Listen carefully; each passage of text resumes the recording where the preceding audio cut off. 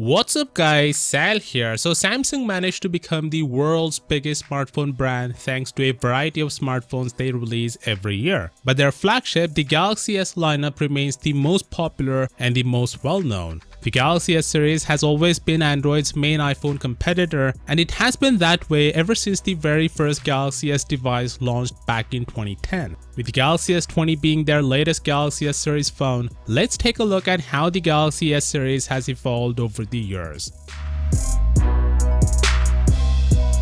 The original Galaxy S was launched in 2010 and it was an instant success, with the company selling over 25 million units of the handset. It had a 4-inch display which was considered large at that time, 512 gigs of RAM, 8 gigs of base storage, Android 2.1 Eclair out of the box, and 1500 mAh battery. Although Samsung had made smartphones before the Galaxy S, this was a true push for a higher-end device and the global reputation that had eluded what is now the world's top smartphone brand. The Galaxy S2 was quite a success for Samsung, with over 40 million units have been sold in the end. It had a large 4.3 AMOLED display and a rather capable camera for the time with an 8-megapixel main sensor. It provided an improvement in build quality over the Galaxy S, even though the phone was still made out of polycarbonate. By this time, it was already clear the Galaxy S series was Android's flagship series. Samsung managed to sell an impressive 70 million Galaxy S3 units. The S series saw a considerable bump in display size over the Galaxy S2. It featured a 4.8-inch HD Super AMOLED display, 1 GB of RAM, and 2000 mAh battery. The S3 looked a lot more different from the previous two devices. It was rounder and had a thinner home button and was one of the best looking phones at that time.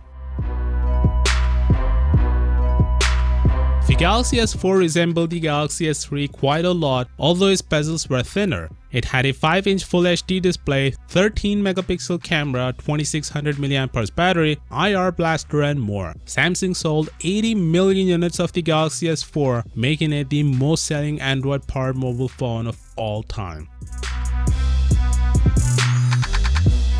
The Galaxy S5 also had a similar design. The overall design has changed so little that it was actually quite easy to confuse the Galaxy S5 with the previous versions. A lot of people didn't like the back texture, it was kinda trypophobic in nature. It was also the very first time the Galaxy S branded phone to offer a fingerprint scanner. The sales didn't increase this time, and Samsung sold 40% less S5s than what they anticipated. The Galaxy S6 changed things. It was many firsts. Samsung launched two Galaxy S handsets at the same time, S6 and S6 Edge. The latter had curved displays on both sides. Also, Samsung went with a glass back and metal frame for the first time, bringing premiumness to the S series. It has wireless charging too. Also, they went with Quad HD Plus displays for the very first time. But there were some controversial decisions as well, namely removable batteries were gone and it had no microSD card slot. Samsung never declared the sales numbers, but reports suggest they sold around 45 million units in total. After receiving a lot of criticism, Samsung brought back microSD expansion on the S7 and S7 Edge. They both looked similar to the previous iteration, but the design was fine-tuned and the Edge variant had a massive 5.5-inch display. The sales were pretty good, with over 60 million units sold worldwide. The S8 and S8 Plus saw arguably the biggest change. Samsung kinda mainstreamed the whole bezel-less trend. The home button was gone and the fingerprint scanner was moved to the back. The display size went over 6 inches for the first time. Samsung never declared any official sales figures, but the S8 and S8 Plus were branded a huge success for the company. The S9 and S9 Plus looked almost identical to the S8, but the S9 Plus had a dual camera with a physical variable aperture. They sold over 45 million units of these handsets, but did not sell as well as the Galaxy S8 previously did.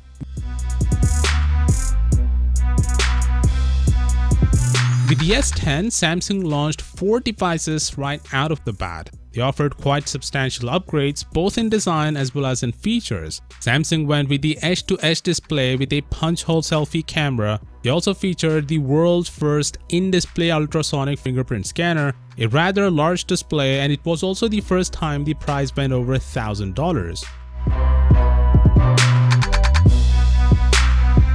Samsung skipped 11 and went straight to 20 as a way of positioning the new line of phones with the new decade. With the S10 family, Samsung tried to give budget-minded shoppers a good option with the S10e. However, with the S20 family, the company took things in the opposite direction. It eliminated the E model and introduced a much more premium variant known as the S20 Ultra. This change made it so at first the minimum amount of money a buyer would need to get a Galaxy S20 phone was $1,000 and the Ultra went to $1,400, making it one of the most expensive normal smartphones Samsung has ever released. It was a big risk to take. Unfortunately for Samsung, it didn't pay off as Galaxy S20 sales have been disappointing. Still, the phones offer some amazing specs, 120Hz display, 8K recording, periscope zoom, and most of the classic Galaxy S elements were all there. However, one big thing was missing: the headphone jack. The Galaxy S21 is going to be an iterative upgrade, with most of the specs are going to remain the same.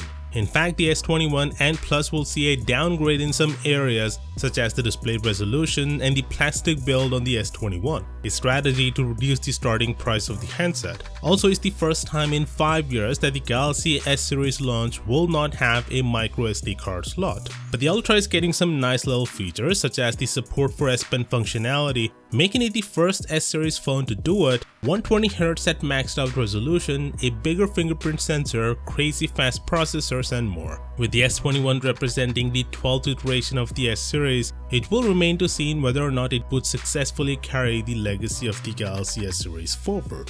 With that being said, let me know what do you think about this down in the comments, and as always, I'll see you tomorrow. Peace out.